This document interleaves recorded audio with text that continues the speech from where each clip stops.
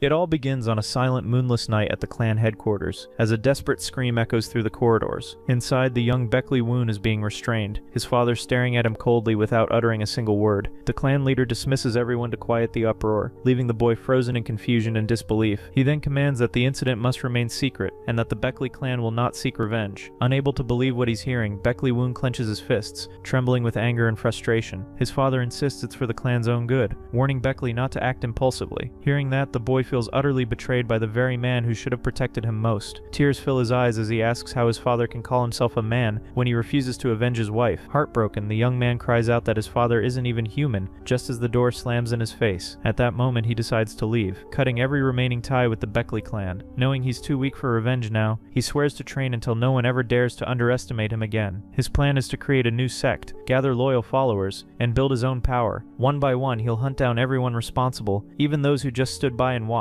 The young man vows to make them all pay no matter how many years it takes. 12 years later, flames consume a building as a frightened man crawls across the floor begging for his life. Desperate to survive, the man promises the protagonist anything he wants, but the now-grown Beckley Woon only stares coldly, dagger in hand. The henchman pleads again, and Beckley finally admits there is indeed something he desires. Believing he's saved, the man nervously asks what Beckley could possibly want. A sinister smile spreads across Beckley's face as he answers, "Your life." The man's expression twists in rage, shouting that it isn't funny. Beckley calmly replies that if he won't give it willingly, he'll just take it by force. The young man warns that he's done talking and prepares for battle. Furious, the enemy screams that he'll tear Beckley apart. But in an instant, Beckley appears behind him, mocking that his mouth runs faster than his hands. With a single powerful strike, he sends the man crashing into a wall. A thick cloud of dust rises from the impact as Beckley quietly observes the scene. His face remains calm, showing no emotion at all. Suddenly, the enemy drags himself from the rubble, shouting that he'll deliver Beckley's head to the Miram Alliance. Unmoved by the threat, Beckley slowly draws his sword. In the blink of an eye, he lunges forward and ends the fight with one clean strike. When it's over, he stands before the burning ruins, flames roaring behind him. With his task complete, he sheathes his weapon. Just then, a young woman appears, calling him captain and handing him a scroll, her face smudged with ash. He thanks Manghain softly for waiting so patiently. The woman smiles and suggests he should wash his face first. For a brief moment, they stand side by side, watching the fire devour the building. Then Beckley wipes the blood from his cheek and presses a mark onto the scroll. He looks down at it, wondering if this is the end or the start of something new. Finally, Beckley tosses the scroll to Manghain, asking her to deliver it to the Miram Alliance and announcing his retirement. She asks if he's going back to his hometown, and he nods, saying he's done everything he needed to do within the Alliance. Manghain then asks if she may visit him one day, and Beckley smiles, saying she's welcome anytime she's bored. She laughs gently, reminding him that he still hasn't told her where to find him. With a soft smile, Beckley tells her the place and bids her farewell, walking toward his new path. The scene shifts to him sailing down a calm river, surrounded by a stunning landscape. As the boat drifts forward, he reflects on the long and difficult journey that brought him here. He remembers leaving his clan behind to build his own strength within the Miram Alliance. He recalls developing his own martial arts and climbing to the rank of captain after 12 long years. Now Beckley believes it's finally time to fulfill his dream of creating his own sect. He had saved enough money to buy a mansion, and the perfect property appeared at just the right time. Brimming with excitement, he stands tall on the boat, arms crossed, while the boatman eyes him suspiciously. Overcome with joy, he looks to the sky and shouts that even the gods are on his side. The boatman mutters that he's carrying a crazy man, and Beckley laughs, apologizing for his excitement. He explains that he's heading to buy his dream mansion to begin his sect. The boatman mentions there's only one mansion for sale, wondering aloud if it's the haunted one. Quickly changing the subject, he wishes Beckley great success, which makes him grin widely. Beckley laughs to himself, thinking that all that's left is to sign the contract. Surely nothing could possibly go wrong. But then his smile fades as a wave of unease creeps over him. When he arrives, an agent named Yurong greets him before a huge, eerie-looking mansion. Angry, Beckley grabs the agent by the collar, accusing him of trying to fool him. He complains that the mansion looks like it's falling apart, but Yurong calmly assures him everything will be explained after the tour. Yurong then mentions that the mansion contains 45 rooms and 5 training halls. When our hero asks which sector it belongs to, the seller claims not to know, saying it's ancient. The agent insists it will be perfect with a few repairs, but the young man remains skeptical. Sensing his client's frustration, Yurong decides to cut to the chase and reveal the property's real issue. He reveals the only catch is that every previous owner has perished there, leaving the MC stunned. According to the rumors, they all passed away on their very first night, hence the haunted reputation. Our hero is enraged, but Yurong quickly calms him by offering the mansion for a steal. With this new offer on the table, Beckley Woon's mood shifts and he accepts the deal with a grin. The agent then praises the Miram Alliance captain's courage and hands over the deed. As the protagonist takes the document, a system message package pops up, confirming his ownership. Suddenly, our hero begins to tremble and the seller asks if everything is alright. Yurong declares his job is done, telling the young man to find him if he survives the first night. With that, the agent leaves, thrilled with his commission, while the protagonist watches from the doorway. Alone in his new home, the young man takes a deep breath, steadying himself for whatever comes next. A moment later, he breaks into a joyous celebration, ecstatic to finally have his own mansion. The MC is overjoyed. Now all he needs are disciples to establish his new sect, but as he opens a door, a cloud of dust engulfs him, reminding him he has to clean the entire place.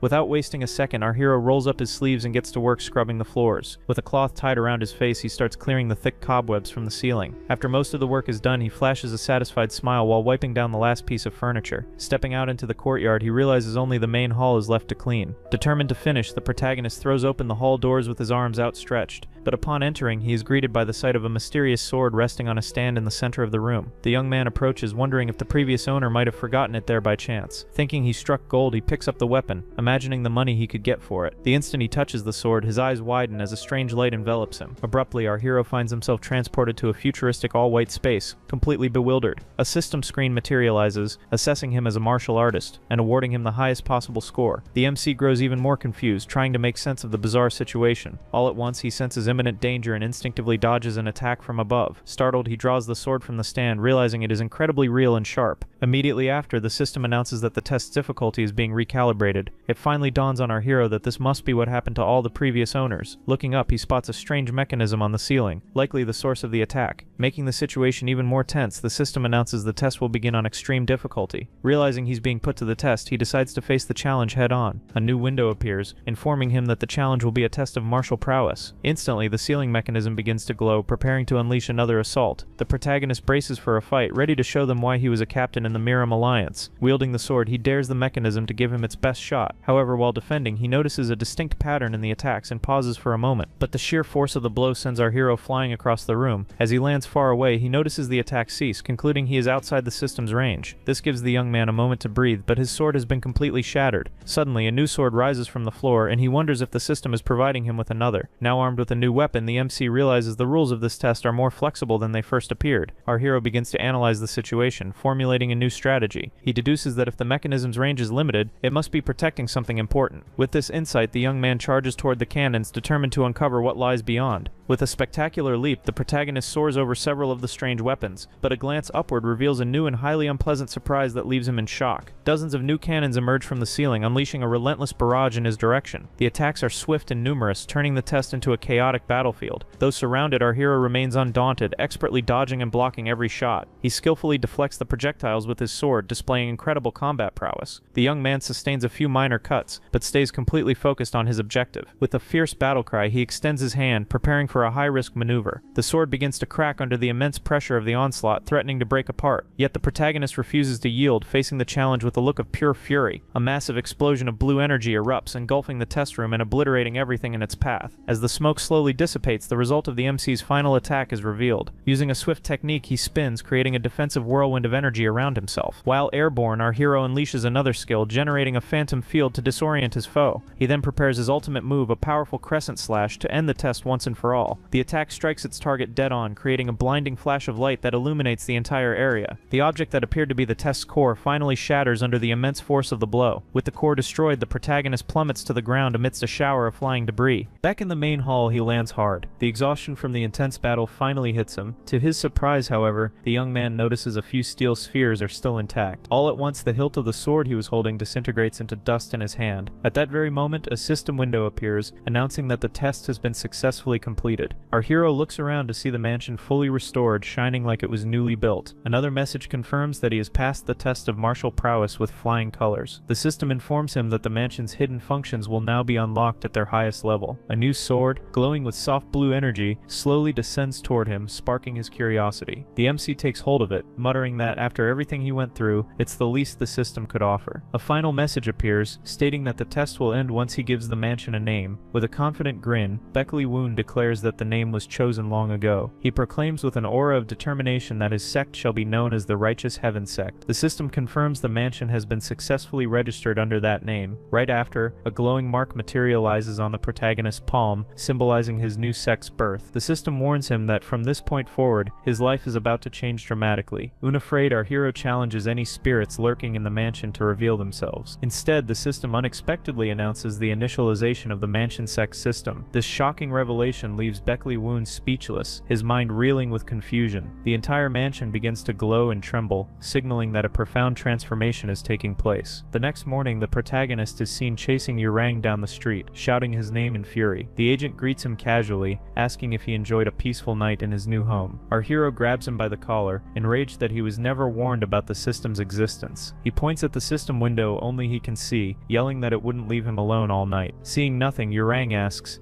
if the young man has hit his head and started talking to himself. The agent warns that if this continues, he might just take the mansion back altogether. Beckley Woon calms himself, saying he needs the mansion for now and will prepare for the initiation ceremony. He asks Yurang for advice on where to get about 20 uniforms made for his future disciples. The man recommends a few fabric shops but warns that bargaining with them won't be easy. He explains they're all fighting for a contract with the prestigious Yellow Dragon Hall. That hall holds immense prestige, supplying fabrics to the imperial family for generations, though Yurang adds that Beckley's budget wouldn't cover their luxury materials anyway. The agent points him toward the local fabric market, doubting anyone will sell to him because of the rumors. The protagonist finds it odd that such gossip has already spread throughout the entire city. Yurang simply sips his tea, remarking that rumors travel faster than the wind itself. With a sharp glare, the MC accuses him of spreading the news, but the agent calls it free advertising. The seller defends himself, saying the young man's survival proves the mansion isn't cursed after all. Losing his temper completely, our hero yells that it's Yurang's fault for showing him that haunted place in the first place. Later, the protagonist is seen trying to buy fabric, but the shop owner stubbornly refuses to sell anything to him. The merchant grows aggressive, trying to throw Beckley Woon out of his store while muttering about bad omens. Someone from the crowd hurls an object at his face, shouting for the haunted man to leave. Standing in the middle of the hostile mob, the MC wonders how rumors could spread this fast. Suddenly, a desperate cry for help cuts through the noise, grabbing his attention. A small boy is begging a man to save his sister, but the thug just calls him a brat and shoves him aside. The boy screams that the men deceived him, stealing his money with a fake promise of a cure. An older man scoffs that the girl is beyond saving before striking the child to the ground. One of the thugs from the White Sword sect orders his partner to deal with it quietly. The man growls, annoyed that the boy made him dirty his hands. A twisted grin crosses his face. Just as he raises his hand to strike, our hero appears out of nowhere, landing a powerful kick squarely in the man's face. The blow sends the thug crashing to the ground as the protagonist glares down at him in contempt. His partner, startled by the sudden attack, demands to know who this stranger is. Beckley Woon replies that while his name might not carry much weight, it's polite to answer when asked. A proud smirk forms on his lips as he introduces himself. Beckley Woon, leader of the Righteous Heaven Sect. Furious, the thug lunges forward, shouting that the leader of some no-name sect has no right to interfere. The protagonist sidesteps with ease, showing the man is hopelessly outmatched. With a swift strike, he breaks the attacker's arm and sends him crashing violently to the dirt. The MC warns the stunned onlookers that judging someone by their sect's fame is foolish. He adds that it's even worse when they don't know who they're dealing with. Another goon rushes forward, yelling if our hero really wants to make enemies of the White Sword sect. The man attacks recklessly, but Beckley Woon remains calm, saying he couldn't care less about their threats. Another enemy tries a sneak attack from behind, but the protagonist takes him down just as effortlessly. The last thug standing freezes, suddenly recalling the rumors about the former Miram Alliance captain. Across the street, Yurang quietly watches the brawl unfold while sipping his tea. Our hero grumbles that he was already in a bad mood after failing to buy uniforms because of the rumors. He challenges the last opponent to stop hiding and face him like a man. With a mocking smile, the MC gestures for Aeon to attack, showing not a shred of fear. The man accepts the challenge, vowing to teach our arrogant hero a lesson. The fight erupts as the two clash fiercely, their strikes shaking the ground and scattering dust around them. The protagonist moves with flawless agility, dodging each blow as if reading his opponent's mind. He slips past another attack, gathering strength for a counter that will end it all. With a precise and swift motion, Beckley Woon lands a decisive strike on his enemy. The hit connects solidly, and the final member of the rival sect crashes to the ground in defeat. Seeing his foe down, the protagonist confirms that this truly was a challenge against his sect.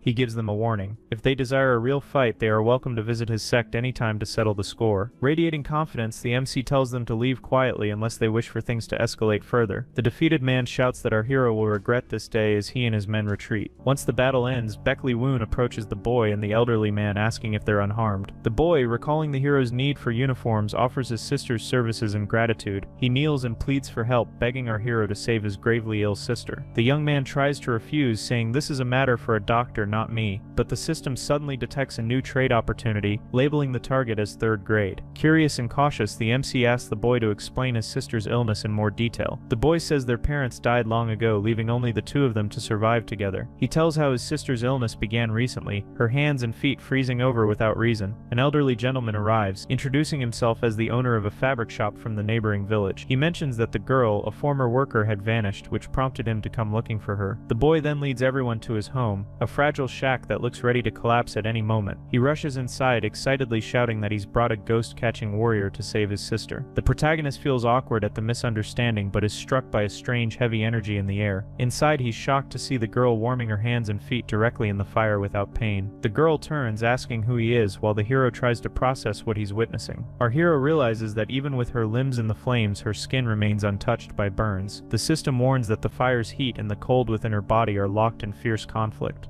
He introduces himself, saying her brother requested his help, and learns her name is Sioa. The young woman explains that if she stops, she suffers unbearable frostbite, leaving him puzzled. The gentleman asks how Sioa has been, and she admits her condition worsened over the past few days. The protagonist asks to check her pulse to better understand her situation. Taking her hand gently, he channels his energy to sense the flow within her body. A faint blue aura surrounds them as the young man focuses intensely on her energy channels. He soon feels an overwhelming chill radiating from within Sioa's body. The system alerts him that she's absorbing a dangerous level of yin energy. Our hero tells the system to stay silent and continues examining her condition. After a moment, he says he finally understands what's going on, shocking the girl. He explains that she possesses an extreme immune body, a rare and powerful constitution. He adds that the legendary Sword Empress, one of the top 10 masters, has the same body type. The girl is amazed to learn she shares this trait with such a renowned figure. The MC explains that for martial artists, this body is a great blessing, but for her it's a dangerous curse. He warns that if she keeps absorbing energy at this pace, her life force will vanish within 3 months. Sioa trembles at the revelation, realizing her unease was a true premonition. Her brother shouts that it's a lie, but our hero calmly confirms that even medicine won't help. He says medicine would only hide the symptoms for a while before they returned even worse. Our hero explains that the key lies in yang energy, but the system suddenly interrupts with a new alert. It reveals an item called Essence Water, obtainable through a mission completion. This special water can restore the health of Sect members, costing 50 essence points per use. The system's active mission is to recruit a disciple with a reward of 50 units of essence water. An idea begins to form in his mind. Realizing he can solve both problems at once, the protagonist smiles with determination. He says, "I think I might have found a way to help." Then he extends his hand towards Sioa, inviting her to become his very first disciple. The siblings stare at him in shock, unable to believe the sudden offer. Looking into their eyes, the MC says softly, "Trust me, just this once." The young woman hesitates, admitting she has never trained in martial arts before. She recalls how their world is filled with people who preach justice but act out of selfishness. Her parents, caught between such conflicts, lost their lives as a result. The girl doubts him, fearing he'll abandon her like everyone else once her usefulness ends. But the protagonist simply waits, hand still extended, his expression calm and patient. In that moment, the girl notices his hand is frozen from when he touched her earlier, but he brushes it off, saying it's a small price to pay if it means he can truly heal her. Her eyes widen as a spark of hope ignites within her, wondering if this man might truly be different. Gathering her resolve, the young woman decides to trust him one last time, praying for a miracle. With a radiant smile, she finally reaches out and takes his hand, accepting his offer. At that instant, the system confirms the mission's completion, rewarding him with 50 units of essence water. The system also reports that exposure to the yin energy caused a minor frost injury to our hero's hand. Unbothered, he immediately uses the newly earned essence water to start the recovery process. Sioa gasps in disbelief, exclaiming that her hands are finally warming up after so long. A glowing system window confirms that the new sect member's recovery rate has greatly increased. A satisfied smile forms on the protagonist's face as he realizes his daring plan is actually succeeding. To enhance the healing, the system applies an additional recovery boost to the girl. A soft blue aura envelops the young woman as her body begins to regain strength in earnest. The MC senses the yang energy circulating within her again, focusing even harder on maintaining the balance. Moments later, the system verifies that the new disciple's yang energy is being successfully restored. The girl stares in awe at her hands now glowing with a gentle warmth. Unable to believe it, she cries out that her limbs are truly healing, while her brother cheers with pure joy. The elderly man asks if he used martial energy to perform the healing, and Beckley Woon admits it's something similar. Our hero lets out a quiet laugh as the old man observes him, clearly impressed by the scene. The gentleman praises him, saying he now understands why the leader of the Meram Alliance holds him in such high regard. Beckley Woon is surprised to discover that this man personally knows the influential alliance leader. The gentleman then realizes he forgot his manners and finally introduces himself as Qian Gamyong. He announces that he is the master of the Yellow Dragon Hall, leaving the protagonist completely taken aback. The scene shifts to the White Sword Sect headquarters, where tension fills the air like a storm. The defeated members kneel before their furious leader, who berates them for their utter incompetence. Without hesitation, the leader punishes one of his men with a violent strike, showing no mercy. He growls that physical pain is nothing compared to the humiliation they've brought upon the sect.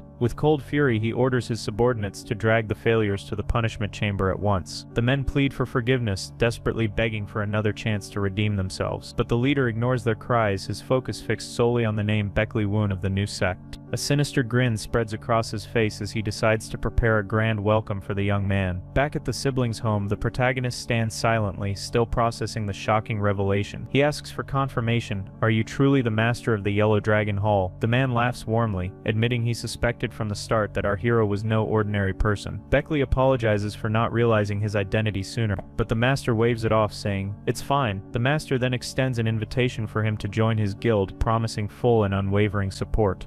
The protagonist is caught off guard by such a generous offer from one of the most powerful guilds around. The system immediately detects a new potential business partner, classifying him as first-grade priority. Our hero knows well that the Yellow Dragon Hall's influence extends across the entire Meram Alliance. He understands the opportunity before him, but realizes it doesn't align with the future he envisions. With a polite smile, he expresses his gratitude, yet respectfully declines the invitation. He explains that he has just taken on his first disciple and must now focus all his efforts on her growth. The master's expression hardens, anger flashing in his eyes as he questions the young man's refusal. But the protagonist calmly offers a counter-proposal, a business partnership instead of servitude. The master's temper flares, accusing him of arrogance and ingratitude for refusing such generosity. Beckley Woon, unshaken, boldly promises that within 10 years he will create a sect rivaling the 10 greatest in Meram. The master bursts into laughter, calling such ambition nothing but a fool's dream. He mocks the idea, declaring that even a century wouldn't be enough to achieve such greatness. But Beckley Woon smiles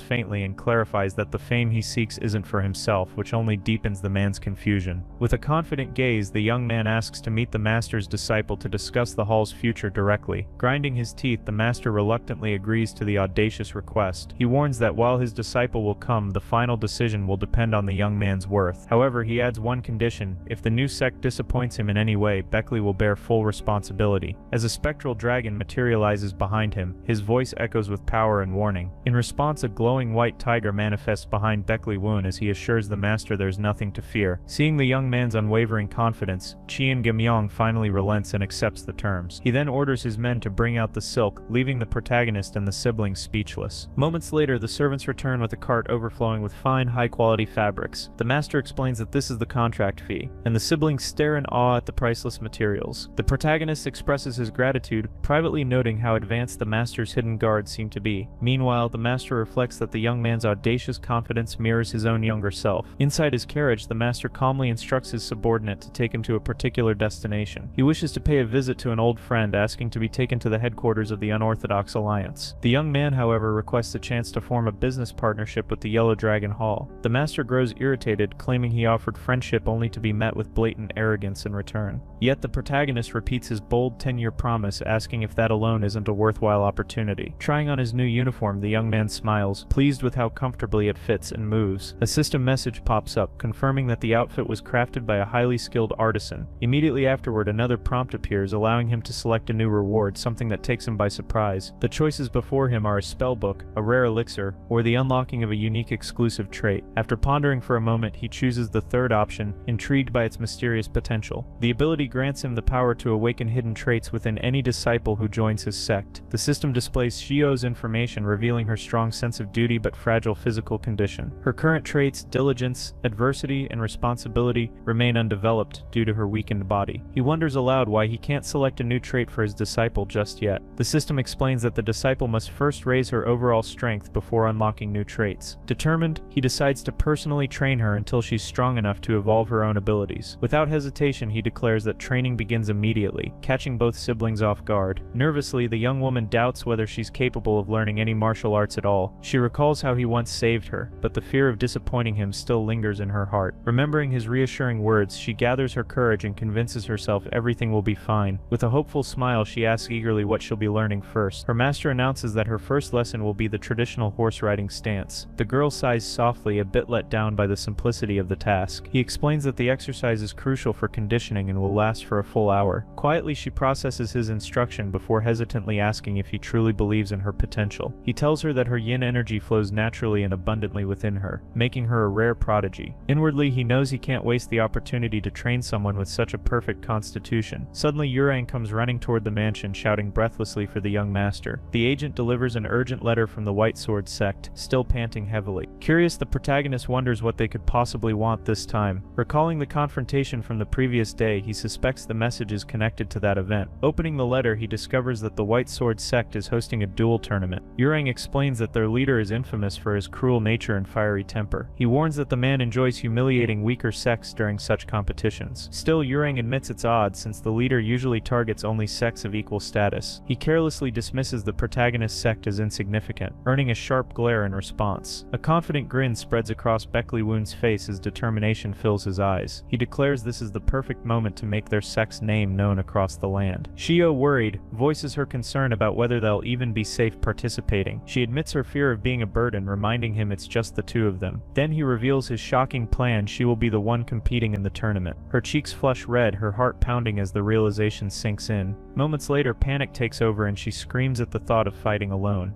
After hours of practice, she complains that the horse stance training is too intense. Frustrated, she grumbles that swinging a sword for an hour hasn't taught her anything practical. With only 2 weeks before the duel, her anxiety grows over the lack of real progress. She questions what exactly her master has in mind with such a simple regiment. He calmly tells her not to worry, casually mentioning he's heading out to pick a fight in the streets. The girl tries to follow but soon realizes he wasn't asleep like she assumed. Curious, she peeks closer and finds him awkwardly sewing something, pricking his fingers repeatedly. The system mocks him for injuring himself for the 23rd time, and he grumbles for it to shut up. Knowing his disciple is starting to doubt him, he pushes himself to finish the surprise gift faster. He truly hopes she'll appreciate the effort he's pouring into it for her sake. Watching quietly, she's deeply touched by how much her master is doing for her. A system alert pops up, revealing that her responsibility trait is about to blossom. He blinks in surprise, caught off guard by the sudden message. The scene transitions to the day of the duel, hosted by the infamous White Sword Sect. Men gathered around whisper about why such a major event is taking place. One speculates that the leader plans to make an example out of the new sect. Another murmurs that anyone who crosses the White Sword Sect faces certain doom. When our hero and his disciple arrive to register, the clerk freezes for a moment in disbelief. The man is captivated by Shio's beauty, joking that the sect must recruit only attractive people. The protagonist simply smiles faintly as his disciple completes the registration. Trying to stay unnoticed, he lowers his head, letting his hair obscure his face. Clearly embarrassed by the situation,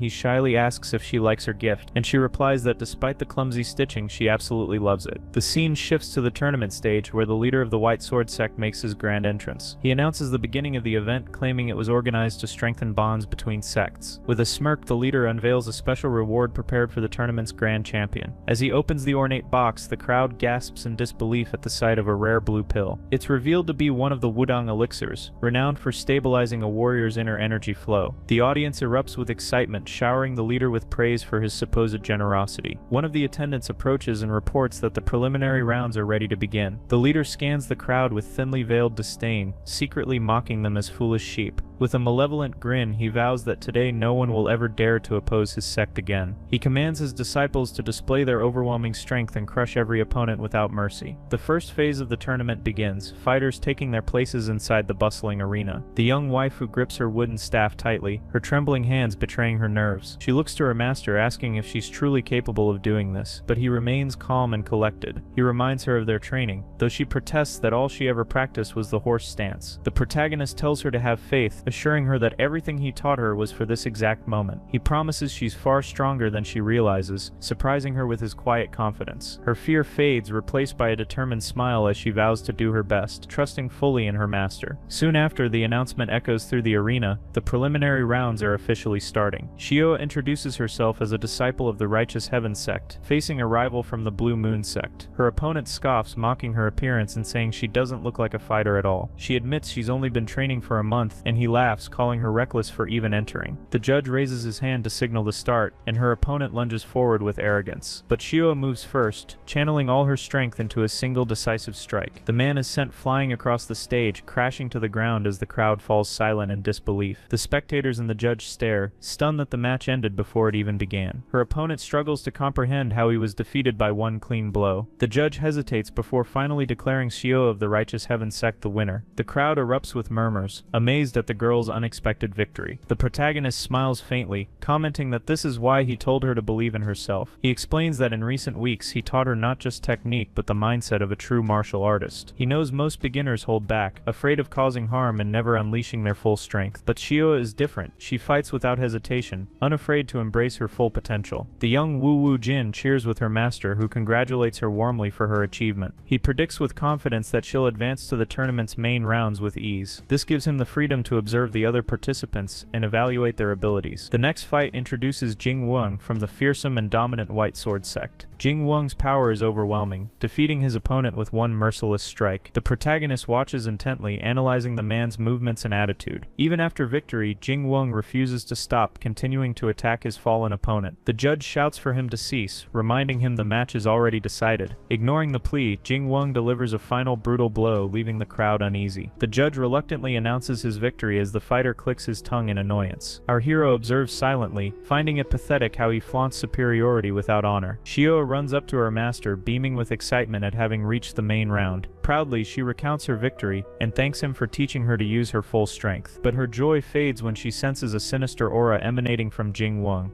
Her expression tightens in fear as her master warns her that he'll likely be her next opponent. The leader of the White Sword Sect approaches, smiling insincerely as he congratulates them. He offers a shallow apology for his disciple's behavior, but our hero responds with a sly remark. The leader laughs awkwardly, praising Shio's strength before teasing her about the upcoming battle. He even offers her a place in his sect if she loses, his grin laced with arrogance. Beckley steps forward, thanking him for the compliment, but returning a subtle jab of his own. The leader frowns, unable to read his expression, and calls one of his men over quietly. He issues a cryptic command, his tone dripping with malice as he walks away. The sect leader orders his subordinates to escort the guests to their quarters, smiling falsely. Our hero and his disciple follow silently, both uneasy about the man's hidden motives. Their escort introduces himself as Wang Pao, a disciple assigned to guide them through the sect. He leads them down the hall toward their rooms, clearly eager to finish the task and leave. But the protagonist stops him and begins to compliment him in a strangely suspicious manner. He remarks that the young man is tall and has a good physique, leaving Wang Pao flustered and confused. The guide quickly excuses himself from the quarters, unnerved by our hero's odd behavior. Soyo expresses her anxiety about the next fight, but Beckley Woon suddenly changes the subject. He asks what she thinks about making Wang Pao their newest disciple, leaving the girl utterly shocked. The scene flashes back, revealing how the sect leader first recruited a young Wang Pao. He had praised the boy's physique and talent, inviting him to join the sect. Overjoyed, Wang Pao had gratefully accepted the opportunity to become a disciple. In the present, we see Jing Wang defeating him in a training match and publicly humiliating him. The crowd is impressed by Jing Wang's victory over someone 3 years his senior. Wang Pao begs him to stop, but Jing Wang mercilessly continues his assault. The sect leader realizes he had misjudged the boy, who was far weaker than he first appeared. He casts him aside, condemning him to a life of cleaning up after the other disciples. Wang Pao is left devastated by his leader's words. Feeling utterly betrayed, he jolts awake from a nightmare, drenched in cold sweat, his heart pounding from the traumatic memory. Wiping his face, he realizes with relief that it was just a bad dream. But to his horror, Jing Wang appears in his room, announcing it's time for a warm-up before the duel. Wang Pao tries to refuse, saying he doesn't feel well, but Jing Wang couldn't care less. He cruelly tells him that his only purpose is to serve as a living punching bag. Left with no choice, the young man gets to his feet, bracing himself to be beaten once again. The tournament semi-finals begin with an excited crowd filling the main arena. Our hero explains to Sayo that her next opponent is a user of the illusion sword,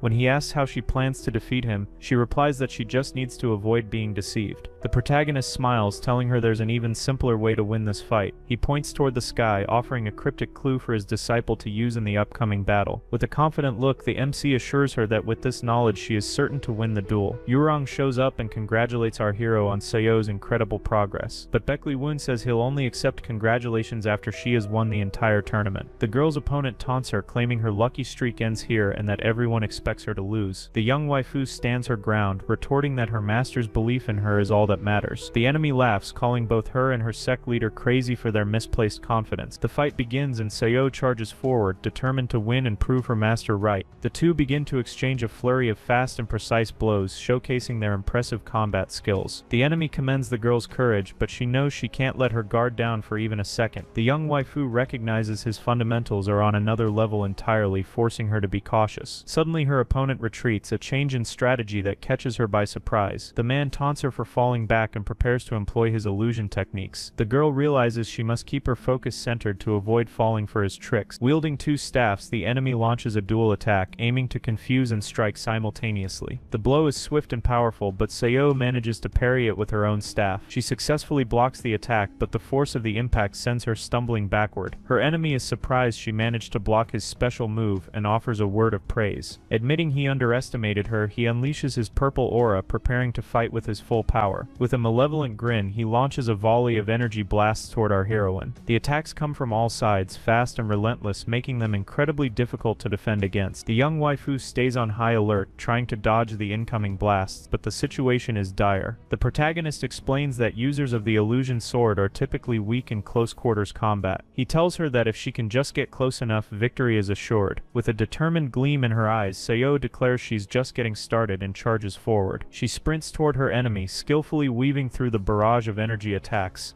Her opponent is taken aback by her speed and commends her impressive combat ability. The girl continues to evade the attacks, closing the distance to her target with each step. But the enemy sneers that her movements are too predictable and lands a solid hit. The attack sends her to the ground and her opponent declares himself the winner with a triumphant smile. Yuring is shocked by her apparent defeat, but our hero remains calm and confident. Her opponent gloats over his victory, but the young Wu Jin pushes herself back to her feet, insisting it's not over. She picks up two staffs, preparing to continue the fight despite her exhaustion, underestimating her again. The enemy charges forward, intending to end the match once and for all, but the girl leaps into the air, dodging all of his attacks with breathtaking agility. The man is stunned to see that she has completely evaded his special attack. With a battle cry, she declares the fight is over and moves in for the final blow. Unleashing the second form of her arts, she lands a devastating strike squarely on her opponent. With the victory secured, the protagonist celebrates while Yuring stares in disbelief. The defeated opponent accuses the girl of cheating, claiming she faked her earlier fall. Another man defends him, arguing there's no way he could have lost to such a young girl. The leader of the White Sword sect appears and reprimands his disciple for his lack of grace. The man bows, offering an apology to our hero for his disciple's poor sportsmanship. The leader concedes defeat, stating it was his own man's fault for underestimating his opponent. With a look of pure rage, he formally declares that the White Sword sect accepts its loss. The crowd erupts with excitement, cheering for Seo's victory over the disciple of the White Sword sect. The young Wu Jin celebrates with her master, who then invites her and Yuring to dinner. From a distance, the leader of the White Sword sect watches their celebration, his eyes filled with burning rage. He summons Wang Pao and orders him to poison the girl's food with a paralyzing agent. The leader's plan is to weaken her for the final match, allowing Jing Woon to finish her off easily, but Wang Pao refuses to obey the order, earning a sharp slap across the face from his furious leader. The man calls him a fool, snarling that this is why he'll never surpass the other disciples. He strikes him again, but our hero appears, interrupting with a sarcastic remark. The leader is startled to see the protagonist there and glares at him with pure hatred. Our MC accuses him of being rude and meddling in the affairs of another sect without permission. He remarks that the punishment was excessive, reminding him that a true leader guides rather than abuses. The leader tells him to mind his own business, but the protagonist says he has business with him. With a challenging gaze, he demands that the leader of the White Sword sect hand over Wang Pao. The young man is shocked by the request, unable to understand why he would be wanted by the other sect. Our hero explains that his own methods are better suited for Wang Pao than those of the White Sword Sect. The leader accuses Wang Pao of betrayal, claiming he conspired with the rival sect behind his back. The boy denies everything, pleading with his leader to believe him, but it's already too late. A wicked smile spreads across the man's face as he accepts the proposal and gives Wang Pao to our hero. But Sioa can unleash her full strength without fear, and that makes her truly different from the others. He believes she'll easily reach the main round of the tournament without any setbacks. The leader proposes a wager. The winning sect gets to take one disciple from the losing sect. The young Wu Jin feels a sudden chill, wondering why her master has gone missing. The man claims Sioa's talent is being wasted in such a small sect. Our hero agrees to the bet, accepting the challenge laid out by the rival leader. Yurang scolds him for taking things too far, but he refuses to back down from his decision. The rival sect leader walks away, eagerly anticipating the downfall of his opponent's only disciple. Beckley Woon approaches Wang Pao, asking why he thinks he was chosen for this. He advises the boy to think carefully, hinting there's a reason he allowed himself to be taken. Yurang asks if Sioa knows about the bet, and our hero confidently replies that everything will work out. He approaches his disciple and asks if she believes she can win despite the pressure. The girl says she'll give it her all, and he reminds her that her chances are 50-50. With a reassuring smile, he tells her that he has faith in her and knows she's capable of winning. Motivated by her master's words, the young waifu accepts the challenge, ready to give it her best shot. The system announces that the seed of responsibility within Sioa has finally begun to sprout. The leader of the White Sword Sect warns Jing Woon not to let his guard down in the final match. He orders him to win at all costs, or they'll face even greater humiliation. The young man advises him to stay cautious and not repeat his fellow disciples' mistakes. Jing Woon scoffs at the warning, saying he's overestimating beginners' luck and cheap tricks. He vows to crush their false hopes and display the true power of his sect. Our hero simply smiles and repeats that this is why he told her to believe in herself. The judge announces the start of the grand final, and the two competitors face each other in the arena. Jing Woon commends her for making it this far, but declares that her luck ends now. Sioa confidently replies that no one knows the outcome until the battle is truly over. The man assumes that as a novice with limited energy, she'll resort to cheap tricks, but to his shock, the young Wu Jin charges straight at him with a fearless attack. The blow catches him completely off guard, forcing him to retreat to avoid taking it head-on. He's stunned by her raw power,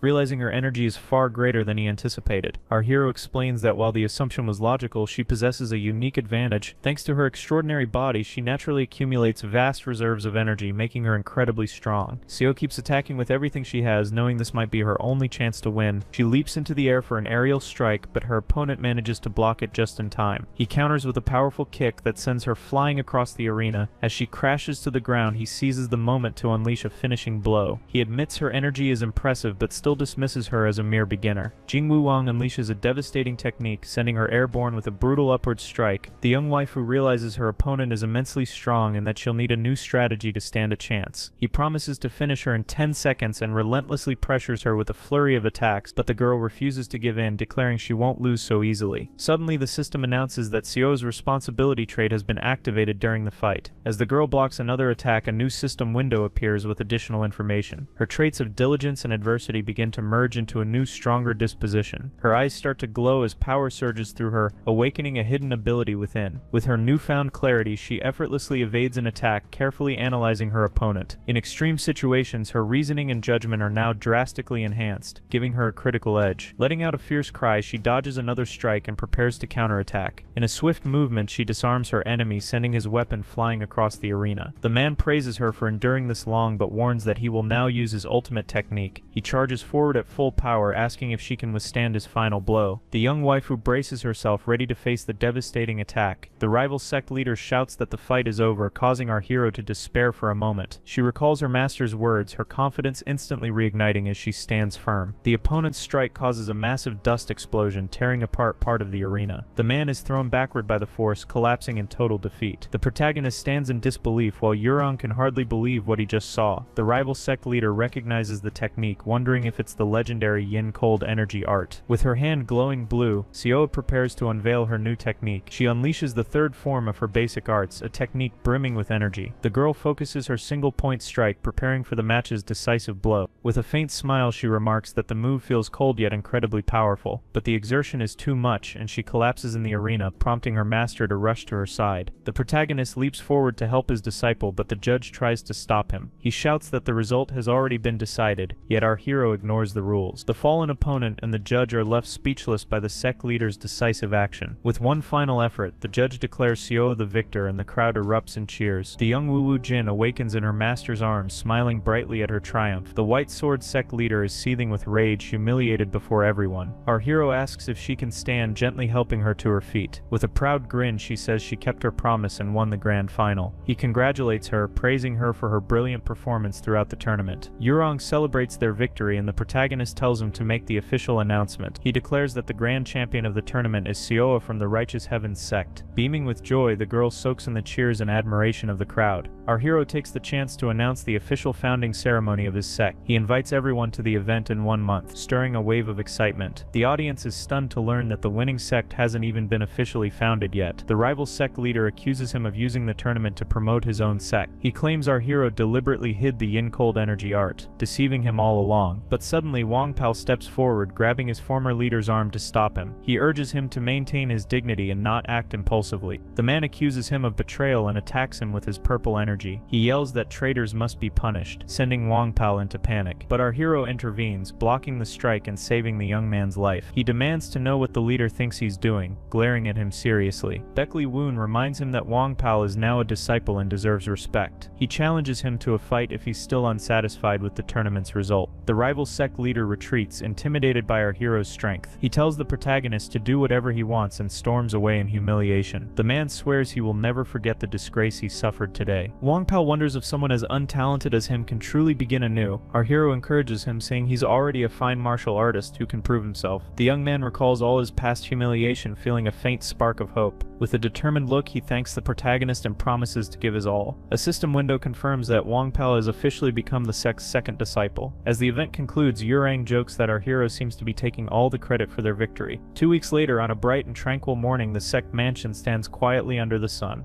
Wang Pao practices the horse stance alone, questioning whether such basic training is truly effective. Xiao chuckles when he calls her big sister and playfully pats him on the back. She reminds him that their leader always stresses the importance of fundamentals and that he should trust their master. The young waifu encourages him to keep practicing so that one day he can become as strong as her. Wang Pao boasts about his strength, prompting her to challenge him to fetch the water by himself to prove it. The system analyzes the new disciple, revealing his remarkable physique and vast potential. Our hero observes both of his students, feeling reassured that his judgment about them was right. He notes that Wang Pao's unique gift lies in understanding techniques deeply and maintaining full concentration. With Xiao and Wang Pao together, he believes he has found the perfect foundation for a successful sect. Yurang arrives and the protagonist thanks him for his help preparing for the ceremony. The agent reports that thanks to the tournament's publicity, they have received an overwhelming number of responses. However, he reveals that among the letters is an official order from the powerful and feared Miram Alliance. Our hero pauses, taken aback by the unexpected message. Opening it, he learns that the Alliance has initiated a plagiarism investigation. The accusation targets the Beckley clan's basic arts, which infuriates him deeply. Yurang reminds him that it has been 15 years since he left that clan behind. Our hero mutters that it's just like them to strike when their enemy is at their weakest. He insists that his arts are the result of 15 years of personal enlightenment and have no ties to the clan. He knows that if the Alliance inspector sides with them, clearing his name will be difficult. If he fails the review, he will be banned from teaching his techniques and heavily fined. Xiao calls out to him,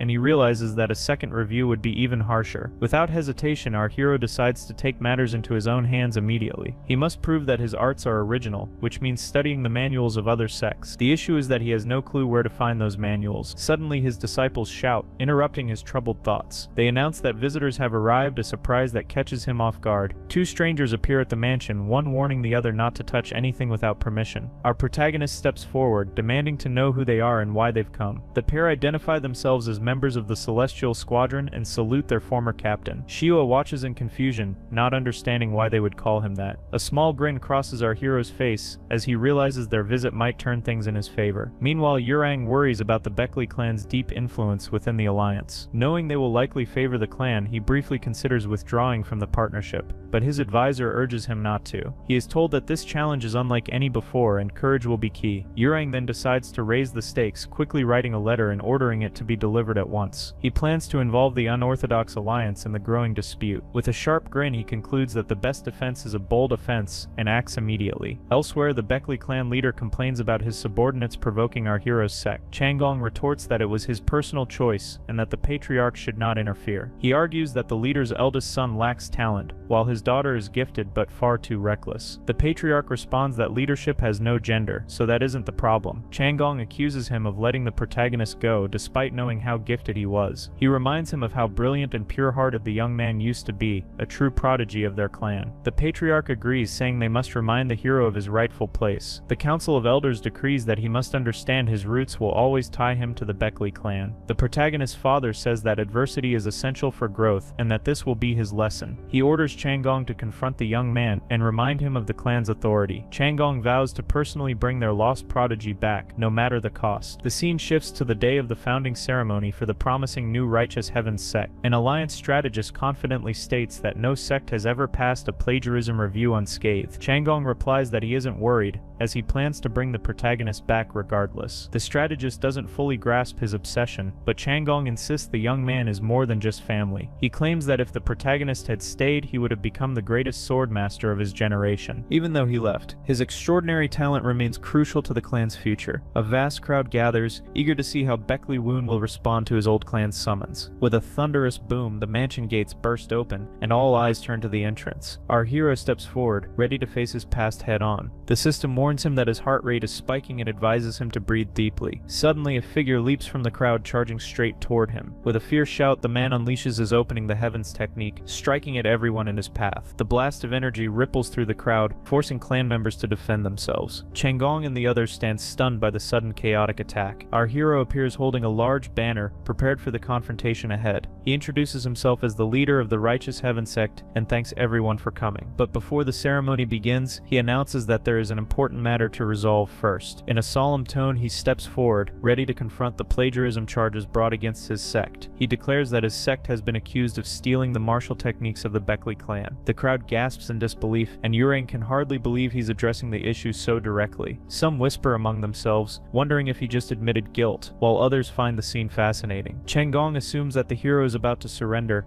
but the protagonist has a far different plan. He turns toward the audience, preparing to reveal his true intention. With a confident smile, he announces that the Alliance inspection team is already present at the ceremony. He invites the Alliance members to step forward so the issue can be settled before everyone. Changong greets one of the men, and the crowd quickly recognizes him as the legendary Moon Sword. Our hero then invites him to clarify the reasoning behind the plagiarism accusation. With defiance in his voice, he declares his desire to undergo a public verification. He vows to prove his innocence before all witnesses and restore the honor of his new sect. Changong reacts with fury, arguing that such verifications are meant to remain confidential. The Alliance strategist intervenes, reminding him that their duty is to mediate, not to judge. Our hero knows that, with so many sects watching, the Alliance cannot afford to appear partial. He asks if they may begin, and the inspectors reluctantly agree to conduct the verification publicly. The protagonist announces he will demonstrate one of his fundamental arts. He performs the first technique, moving with precision and power that mesmerizes the audience. The spectators are captivated by his display of skill and mastery. The strategist asks if that is the technique under scrutiny, and the hero confirms it is. Changong interjects, claiming that the move also borrows from the Namung clan. The protagonist shocks everyone by admitting his arts draw influence from 23 sects. Gasps fill the air, and the Beckley clan leader shouts that such a claim is absurd and deceitful. He insists that without representatives from those sects, such a claim cannot be proven. But the hero gestures toward the crowd, revealing that the sect representatives have already arrived. The little demon of the Namung clan pushes through the onlookers, smirking confidently. Moments later, the little moon of the Wong sect appears, waving cheerfully at the audience. They casually explain that they were nearby and decided to stop by for the ceremony. The Namung demon examines the technique carefully and confirms its resemblance to his clan's art. He explains that their technique embodies the essence of heaven, earth, and mankind. The little moon nods and presents a mysterious box to the Beckley clan leader. He knows that beginners hesitate to use their full power power, fearing they might hurt their opponents. Inside the box are letters from numerous sects, all verifying similar claims of plagiarism. With a teasing grin, the little moon asks if that means all the other sects are plagiarists too. Changong, shocked, reads one of the letters confirming parallels with his own clan's techniques. He realizes the Beckley clan's argument has been turned against them entirely. One of his followers cries out, accusing the alliance of running a biased and unfair trial. Our hero tears the letters apart, revealing that all evidence was verified by the Celestial Squadron's current captain. With a victorious smirk, he locks eyes with his uncle, who glares at him with burning hatred. The alliance strategist mutters, wondering how he managed to confirm everything so fast, but the hero stays silent. He simply states that he has said all he needed to, leaving the rest for the Moonsword to decide. Our hero knows that if his uncle admits guilt, the Beckley clan will face judgment from 23 other sects. Boiling with rage, Changong draws his sword and charges at him. His subordinates try to restrain him, but he throws them aside and lunges again with fury. Our hero parries the attack, warning him sternly not to take another step. He declares the matter personal and refuses anyone else's interference. The man shouts that no matter what others say, he is destined to be the clan's next pillar. The protagonist counters that he is shackled by the past and strikes back with equal strength. His uncle demands to know if he still resents the clan for failing to avenge his mother. He admits he understands the hatred, but insists it cannot be allowed to destroy the clan's future. Energy flickers in his eyes as tension fills the air. Our hero steadies himself, ready for the decisive clash. They exchange a series of powerful strikes, ending in a brilliant burst of blue energy that illuminates the arena. The shockwave forces Changong back, barely able to stay standing. The protagonist declares that he does not reject his lineage. With calm sincerity, he admits that resentment still lingers, but he has overcome the worst of it. He explains that as a sect leader, he must grow through his own strength and cannot return. The man questions whether he can truly withstand the pressure from the main house, but our hero answers firmly that he will face whatever comes, just as he always has. The unwavering conviction in his gaze stuns the clan leader, who falls silent. A flashback shows the young protagonist training under his uncle, celebrating his first time enduring a direct strike. His uncle challenges him to endure one more blow, preparing for another strike. Returning to the present, our hero declares that his arts were never stolen from anyone. He asks for just a little more time so that the truth may finally come to light. A confident smile spreads across Changong's face as he stands tall, preparing to make an announcement. He declares with pride that the Righteous Heaven sect did not plagiarize the Beckley clan's arts. The crowd erupts in excitement, cheering as the founding ceremony can finally continue. The leader of the Unorthodox Alliance praises the protagonist's choice of disciple. A blonde girl interrupts, saying she traveled far just to witness the event. The leader scoffs, dismissing the rumor about the mansion being a divine artifact as nonsense.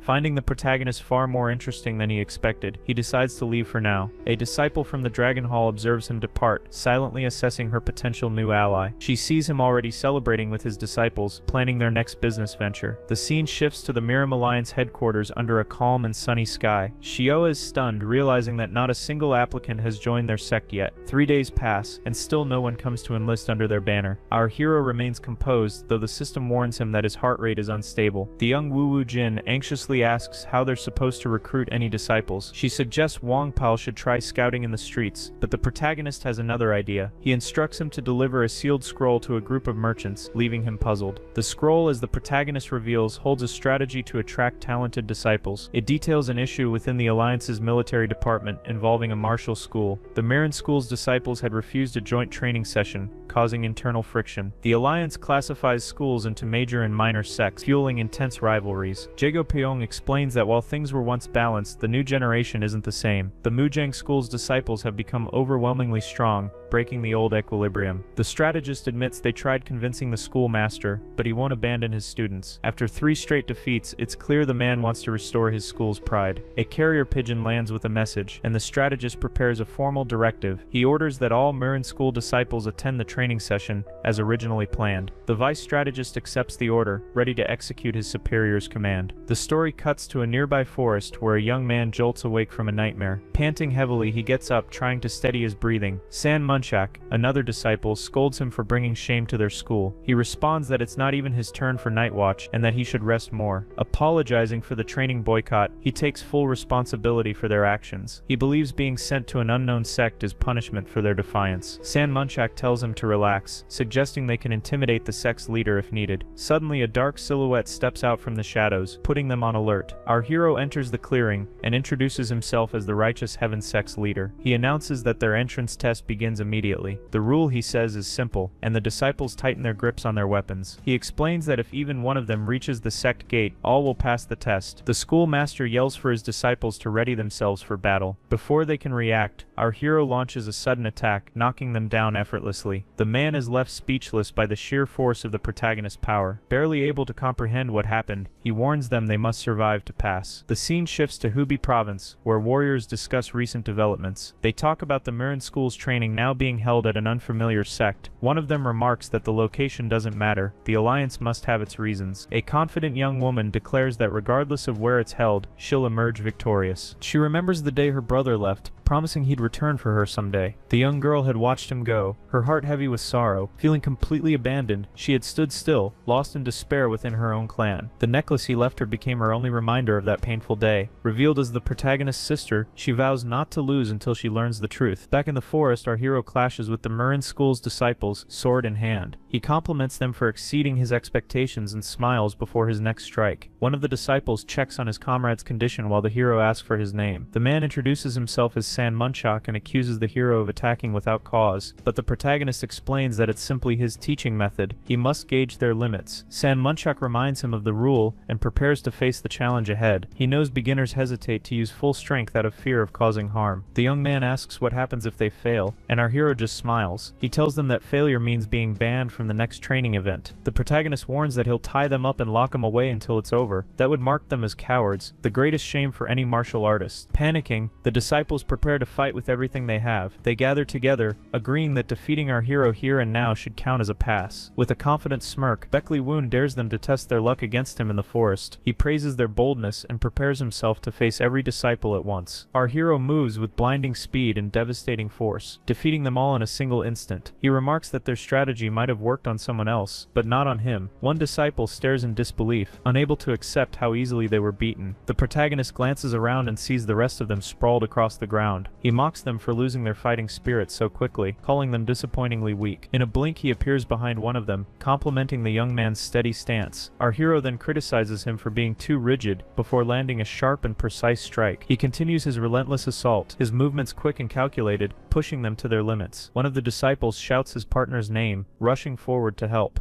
The protagonist watches with a serious look, keeping the brutal training session in motion. Another disciple, still stunned, can't comprehend their sudden defeat. The Mujang disciples are known for their strength, yet their morale is starting to crumble. Our hero studies Munchio's movements, recognizing both his agility and experience in combat. He notices the others frozen in fear, wasting their advantage in numbers. He scolds Wugen for hesitating, knowing the boy fears injuring someone during training. Despite their flaws, he admits 3 of them have real potential compared to the rest. Letting out a tired sigh, he decides to provoke them further to draw out their true spirit. He mocks them for collapsing so easily before a single opponent, calling them pathetic. One disciple, angered by the insult, clenches his fists and prepares to strike back. Munchak takes command, ordering Wugen to defend while the others search for an opening. He knows the protagonist is holding back and thinks they can use that to turn the tide. Munchak positions himself as bait, signaling his partner to strike when the time comes. Our hero praises their teamwork but notes that they adapted far too slowly. In one blur of movement, he lunges forward, attacking with overwhelming speed and power. Driving his blade into the ground, he sends shockwaves through the area, leaving them stunned. The protagonist studies their coordination with interest, pleased by their attempt to adapt. The 3 charge together, but he parries every strike with fluid, effortless motion. With one sweeping move, he sends them all flying. One student charges desperately, but our hero sidesteps the strike with a faint smile. He slams the boy to the ground and chastises him for underestimating himself so much. Declaring the training over, he moves toward the last disciple still standing. Suddenly, the young man's body ignites with a red aura, his energy surging violently. The sight halts our hero for a moment. He recognizes the forbidden technique. He realizes the disciple might truly be willing to risk his life over this trial. With a fierce glint in his eyes, our hero says, "Show me your full strength in one last strike." The disciple charges forward with everything he has. When they finally collide, the force of their exchange shakes the entire clearing. Moments later, the disciple collapses, his energy spent, and the system flares with warnings. It alerts the protagonist that his predatory instincts are returning, igniting his thrill for battle. With a dangerous grin, he mutters, "I'll have this disciple in my sect no matter what." Our hero defeats him with ease, mocking his exhaustion and empty technique. The young man awakens later, gasping for breath with no idea where he is. He realizes he's inside the Righteous Heaven Sect's headquarters. A bald man greets him warmly, reminding him that he fainted from exhaustion yesterday. He blinks in confusion, trying to recall the fragments of last night's events. Then it hits him. He used his forbidden art right in front of the sect leader. Terrified, he wonders if he'll be executed as a spy for a rival faction. The bald man casually tells him that the morning assembly is about to start. Confused by his calm tone, the young man wonders if the leader truly didn't notice. But then he remembers the protagonist's strange, knowing smile. He's certain the man saw everything and is only waiting for the right moment. He recalls how our hero even spoke his master's name aloud, sending chills down his spine. Now he can't stop wondering why the sect leader hasn't exposed him yet, or what his plan might be. Outside, our hero waits for him with a quiet, mysterious smile. He calls out to him, and the young man is startled to see him waiting just outside the door. The protagonist observes the scene with a discreet smile while his disciple registers for the session. But deep down, the protagonist has another plan in mind, ready to unveil his true strategy soon. Our hero then announces that the 5 remaining disciples have successfully passed the first test. One of them expresses disbelief that so few managed to overcome the challenge. The 5 finalists include O-Rei, a monk named Wugen, and San Munchak among the victors. San Munchak and another disciple also stand proudly among those who passed the initial stage. The protagonist informs them that for the next 15 days they will spar against his own disciples. Shio distributes the training equipment, handing a spear to San Munchak for his practice. The young waifu distributes weapons to the new disciples of the Righteous Heaven Sect. She introduces herself as their sparring partner and prepares for the training ahead. Wang Pao steps forward to introduce himself, and the protagonist instructs them to begin the first session of the day. Wang Pao declares that enough talk has been had and urges everyone to start the training right away. The Wu Jin smiles confidently, agreeing that it's time to begin without further delay. She proposes that all 5 new recruits face both her and Wang Pao at once. The proposal leaves the newcomers speechless, completely taken aback by her audacity. Our hero, however, finds the idea intriguing and accepts it without hesitation. With a proud smirk, he thinks to himself that this is precisely the kind of confidence he expects from his disciples. San Munchak comments seriously on the overconfidence displayed by the 2 sect veterans.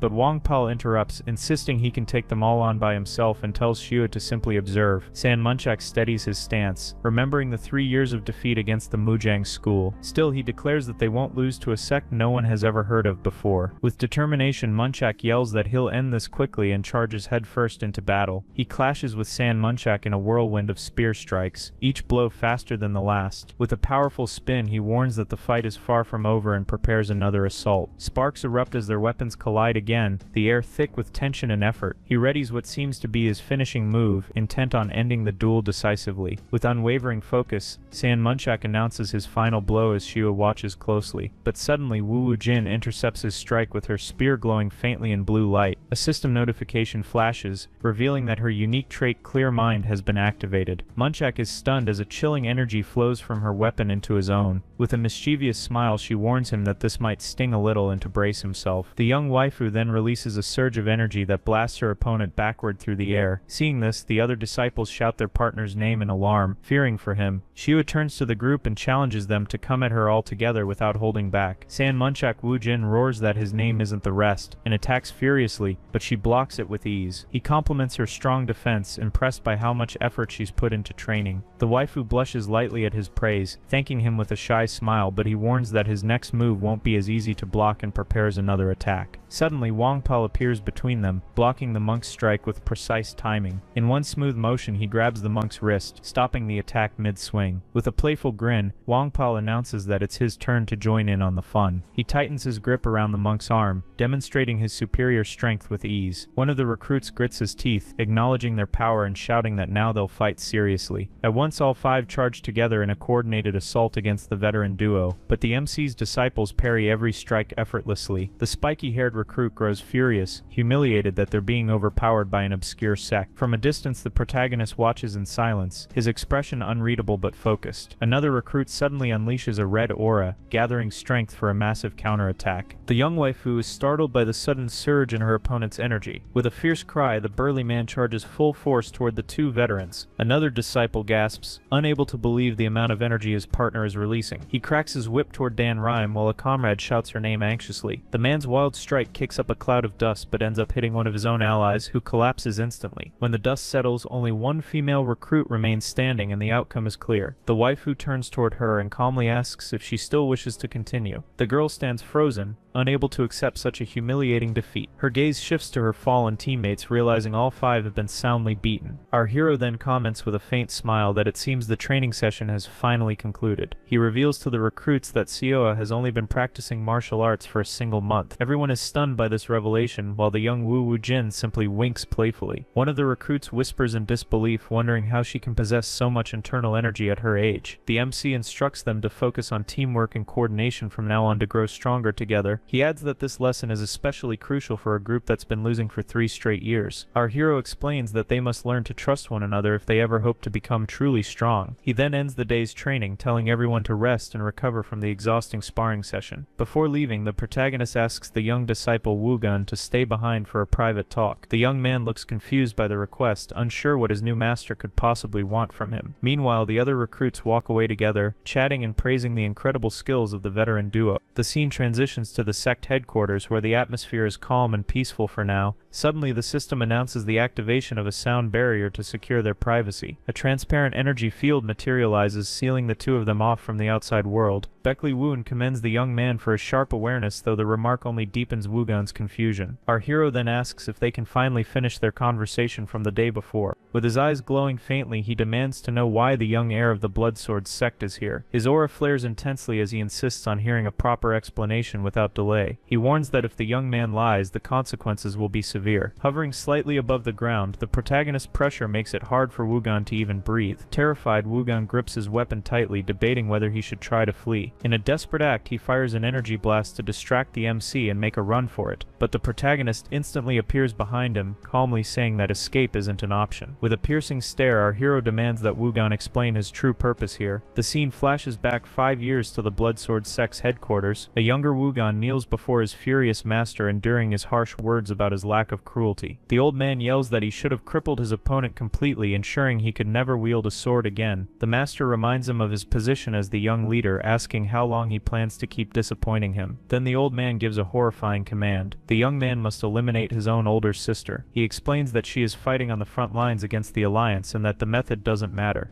The master shouts that this is the path of the unorthodox, where even a moment of compassion leads to ruin. He threatens that if the young man runs or takes his own life, he will personally hunt down his sister and kill her. He adds that if Wugan refuses, everyone he cares about will die as well. Cornered, the young man kneels and agrees to infiltrate the Miram Alliance as a spy. Determined, he thinks that he only needs to buy enough time to find a way to escape his fate. He believes that if he can just get out of his master's sight, he might have a chance to survive. But suddenly a red energy coil wraps around his neck, and he screams in agony as the curse takes hold. Back in the present, it's revealed that the memory was merely a distraction during his fight with the MC. Our hero notes that although he still can't fully read his opponent's strength, it was a clever attempt nonetheless. Wugan bursts out with red energy, demanding to know what the protagonist plans to do with him now. The MC replies that he can't demonstrate his true strength through orthodox arts and must unleash his full potential. Smiling faintly, our hero challenges him to prove his worth and show what he's truly capable of. Wugan realizes that the protagonist's power is far greater than it was during the entrance test. He understands that even a single moment of hesitation could cost him dearly in this battle. With a furious roar, the young man releases all his energy and charges forward. Their weapons collide, creating a radiant explosion that lights up the entire area. The protagonist comments that the young man's temperament clashes with the essence of unorthodox arts. Wugan growls in anger, demanding to know what the hero means by that statement. The MC explains that to truly win, he must be willing to cut down anything that stands in his way. The young man thinks of his master and shouts that the protagonist knows nothing about him. Beckley Woon calmly points out that Wugan's sword lacks true fighting spirit, which is why he's losing. The young man becomes enraged, yelling that the hero shouldn't pretend to know him so well. But the MC replies that, no matter what he says, his sword already tells the truth about who he is. With a few swift strikes, the protagonist disarms the young man, forcing him to kneel on the ground. He then asks what truth Wugan is seeking along his path as a warrior. Wugan shouts that none of it matters in a world where you either kill or be killed. With a faint smile, our hero asks why he bothers wielding a sword at all if he truly believes that. The young man is left speechless, forced to confront his own reason for fighting. Channeling the last of his red energy, he prepares to answer through one final powerful strike. They clash again, and the resulting resulting explosion shatters the ground beneath their feet. A thick cloud of dust rises, filling the air with the aftermath of their power. As the smoke clears, Wugan remains standing but trembling with exhaustion. He collapses to his knees, completely drained, and finally begins to explain why he continues to fight. He confesses that there is a reason he seeks strength, meeting the hero's gaze with weary resolve. Wugan recounts that his father was an honorable warrior who fought bravely until the end. He remembers watching his father fall before his very eyes, powerless to intervene. He admits that the anger from that day still burns inside him, though he knows he cannot act recklessly. That is why he must become stronger, enduring whatever is necessary to achieve his revenge. In his relentless pursuit of power, he rose to become the young leader of the Bloodsword Sect. The protagonist then asks if the young man regrets the time he spent with that sect. Wugan admits he doesn't know the answer, only that he wanted to protect his father's honor. He wanted to prove that his father was not a coward, but the bravest martial artist who ever lived. With tears in his eyes, he cries out that he wanted to proudly carry his father's name and lineage. But now he feels he has completely lost his way and no longer knows what to do with his life. The young man surrenders, telling the MC to either finish him or hand him over to the Miram Alliance. Our hero approaches, saying he finally understands the young man's true reason for fighting. He reveals that the young man fights to protect, not to destroy, which stuns the young warrior. With a sharp slap to the head, the protagonist knocks the young man to the ground. Wugan complains about the pain, and the MC tells him to get up and stop feeling sorry for himself. Our hero remarks that looking at him is like seeing a younger version of himself, a boy lost and blinded by revenge. He recounts how, after leaving his clan and joining the Marin school, he completely rebuilt his martial arts. The protagonist offers to help the young man rebuild his foundations and teach him a new way to fight. A sly smile appears as he thinks how beneficial it would be to have a disciple from one of the 10 celestial sects. The MC declares that over the next 15 days, he will systematically destroy every technique the young man has ever learned. With a smirk, he asks if the young man is willing to follow him, knowing the pain that awaits. Wugan accepts the challenge, and the protagonist guarantees it's his job to make him stronger. The scene shifts to the Miram Alliance headquarters, where two men are discussing the new disciples. One comments that the current generation at the Mujang school is exceptionally talented and promising. The other reveals that the rival alliance leader has proposed a wager for the upcoming competition. If he loses, he will halt all of his faction's expansion and aggressive actions for an entire year. The old man knows this is an offer they cannot refuse, as it will buy them precious time to reorganize. With a glint in his eye, he decides to raise the stakes, declaring that they cannot afford to lose this tournament. To guarantee their victory, they have brought in a new instructor, the greatest talent from the Wugan sect. The man known as Blueflow recalls our hero's name and his connection to the Marin school. Later, we see the sect's veteran duo completely exhausted after another grueling day of training. The waifu complains that the 2-on-5 sparring sessions are too intense even for them. The protagonist appears and praises her for her hard work,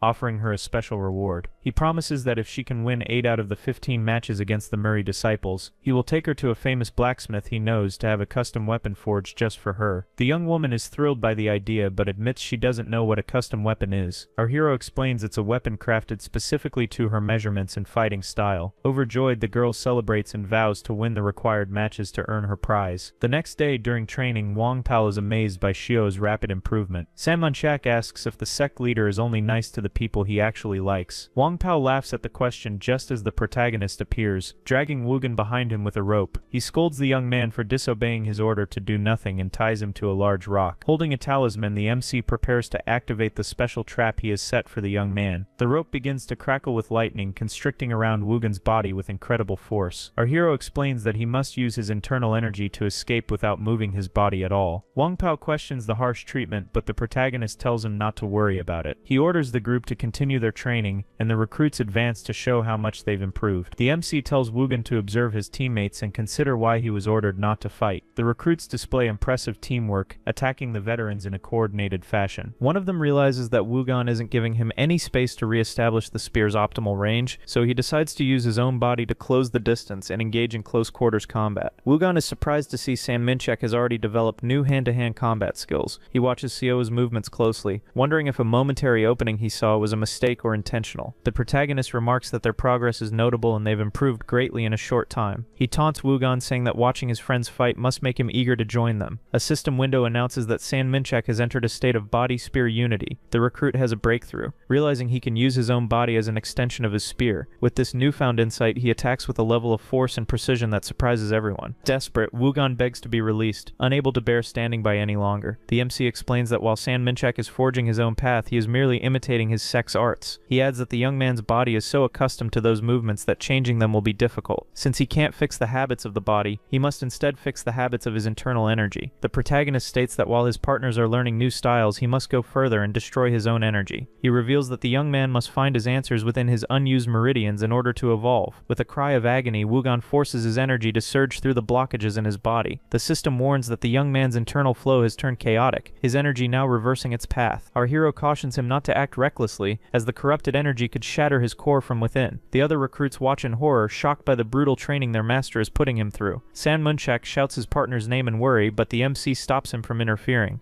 He states calmly that this is a trial Wugan must endure alone. With determination in his eyes, the young man whispers that he will not give up and refuses to return to his old self. He starts clearing his meridians, trying to cleanse and expel the tainted energy inside him. The system announces that the disciple has initiated the microcosmic orbit circulation within his body. Dark smoke seeps from his pores as he screams in pain, his body trembling through the purification process. When it ends, he coughs up a black residue and collapses to the ground, completely exhausted. The protagonist approaches and asks gently if he's alright after such brutal training. Suddenly the rope bursts apart and Wugan finally breaks free from his master's trap. Our hero catches him before he falls, praising him for purging the remnants of his former sex techniques. Smiling, he congratulates him on becoming a clean slate, ready to learn anew. With renewed resolve in his eyes, the young man asks the protagonist to train him, unwilling to be left behind. The MC smiles, telling him to fill that blank slate with a sword path that truly belongs to him. The scene shifts to the Sect, where the new disciples celebrate the bond they've built together. Elsewhere, a monstrous creature gazes silently at a man hanging lifeless from a tree. A young woman and her partner find the body, and she immediately orders him to stay quiet. The man observes the marks on the neck and the method of suspension, confirming the victim's identity. The girl frowns, wondering if they've lost the trail yet again, and begins scanning the area for clues. She concludes that the creature acts without pattern, making any human a potential victim. Frightened by the idea that it might be a demon, a faint red aura flickers around her body. Her partner notes that the demon leaves no tracks, implying a terrifying level of intelligence. The girl clenches her fists, vowing to keep tracking it and prevent further deaths. The man agrees, saying orders are orders, though he admits such missions rarely end without casualties. He jokes half-heartedly that maybe he should buy life insurance while he still can. Then he pulls out a stone tablet and begins engraving a message, preparing for the worst. The inscription instructs whoever finds it to contact the leader of the Righteous Heaven Sect if he's missing for more than a month. Back at the Sect, the protagonist suddenly feels a chill of unease and glances warily over his shoulder. We've reached the end of the video. If you enjoyed it, don't forget to leave a like and comment part 2 so we can bring the continuation. I'll also leave some other videos that I'm sure you're going to like. That's it for now. Thanks for watching and see you next time.